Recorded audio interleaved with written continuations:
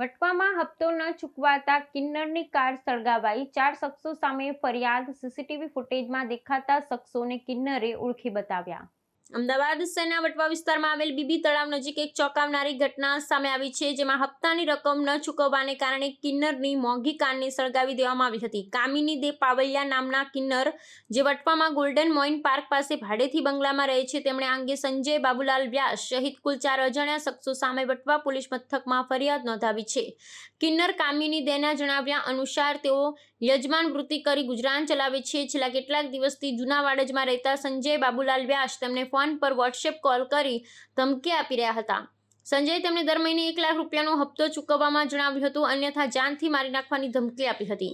શનિવારે મોડી રાત્રે 1 વાગ્યાના સુમારે જ્યારે કામિની દે અને તેમના ચેલાઓ સૂતા હતા ત્યારે બૂમો સાંભળીને જાગી ગયા। તેમણે જોયું તો તેમની કાર સળગી રહી હતી। આગે સીસીટીવી ફૂટેજની તપાસ કરતા જાણવા મળ્યું કે કેટલાક અજાણ્યા શખ્સોએ કાર પર જ્વલનશીલ પદાર્થ છાંટી આગ ચાપી હતી। સીસીટીવીમાં દેખાતા 3 શખ્સોને કિન્નર અગાઉ સંજય વ્યાસ સાથે જોયા હોવાનું જણાવ્યું છે। અગાઉ પણ સંજય આ જ પ્રકારે પૈસાની માંગણી કરી હતી, જે અગાઉ અનેક પોલીસ સ્ટેશનમાં ફરિયાદ થઈ ચૂકી છે। આ ઘટના બાદ વટવા પોલીસે ગુનો નોંધી આરોપીઓને પકડવા માટે વધુ તપાસ હાથ ધરી છે।